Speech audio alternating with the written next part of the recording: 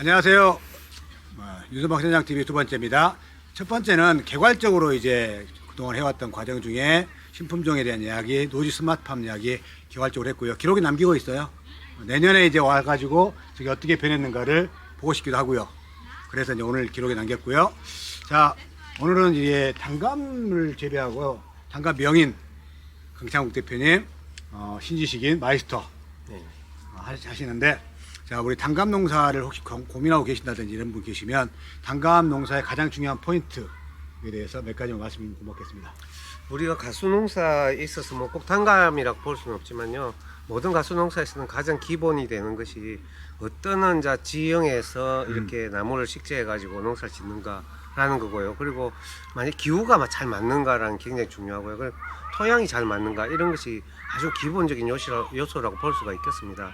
이런 기본 요소가 장착되고 나면은 그 다음에는 이제 나무의 기술적인 측면을 좀 많이 배치를 해야 되는데요. 첫째는 이제 수관 거리를 좀 넓혀가지고, 수관 거리. 예, 햇빛이 잘 들도록 해서 과일이 이렇게 광합성을 잘 하도록 하는 그 굉장히 중요하고요.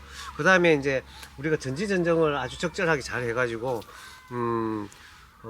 이 나무가 너무 높지 않게끔 해야 우리가 노동력이라든가 또 병해충 방제라든가 이런 것에 유리할 뿐만 아니라, 또 나무가 충분히 햇빛을 골고루 잘 받아서 모든 과실이 위에서부터 아래까지 잘 이렇게 착색이 이루어지고 또 당도가 높아지게 하는 그런 기술들이 굉장히 중요하다고 볼 수가 있겠습니다.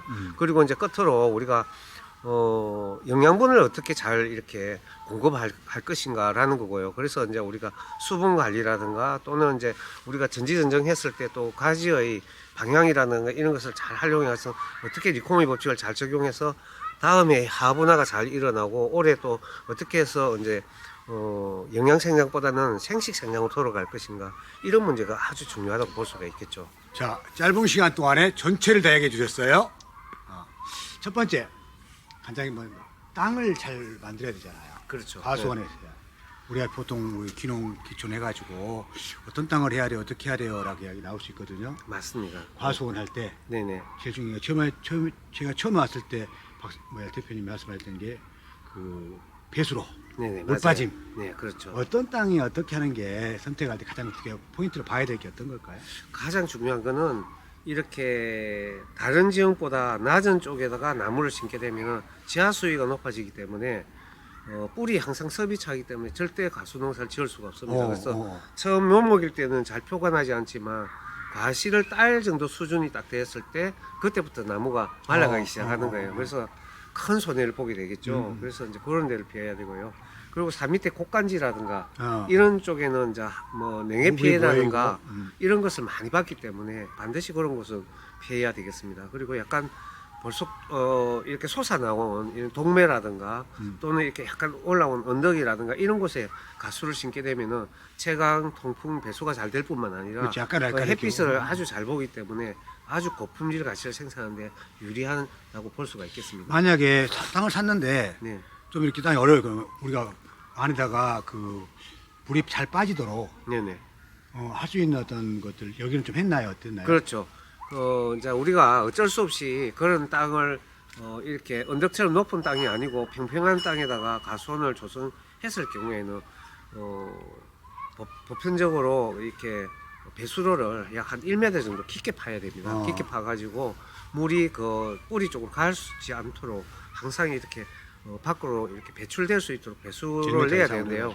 우리가 이렇게 눈으로 이렇게 볼 수 있는 이 배수로를 이제 명거라고 이야기하고요. 또 눈에 보이지 않게끔 안에 이제 배수 시설을 하는 것을 우리는 암거라고 표시를 합니다. 그래서 우리는 암거와 명거를 적절하게 활용을 하는 거죠. 그래서 명거일 때는 우리가 배수로가 막히거나 이럴 때 청소하기가 쉽죠. 근데 이제 암거 같은 경우에는 또 그게 불편한 경우가 있습니다.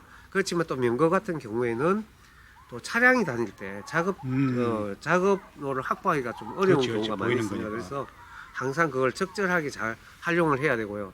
또 반드시 또 이렇게 명거를 만들면은 나무와 나무 사이의 폭을 아주 넓게 잡아서 옆에 작업차가 마음대로 활동할 수 있도록 해야 요즘 새로운 농사를 짓는 데 도움이 된다고 볼 수 있겠습니다. 보통 아까 두 번째 제식거리 말씀하셨는데 네. 시작하는 분들 입장에서는 처음엔 조그만 이렇게 잘 모르잖아요. 네네. 그러니까 좀 짧게 했다가 네네. 가까이 했다가 나중에는 또 문제가 되려는 거.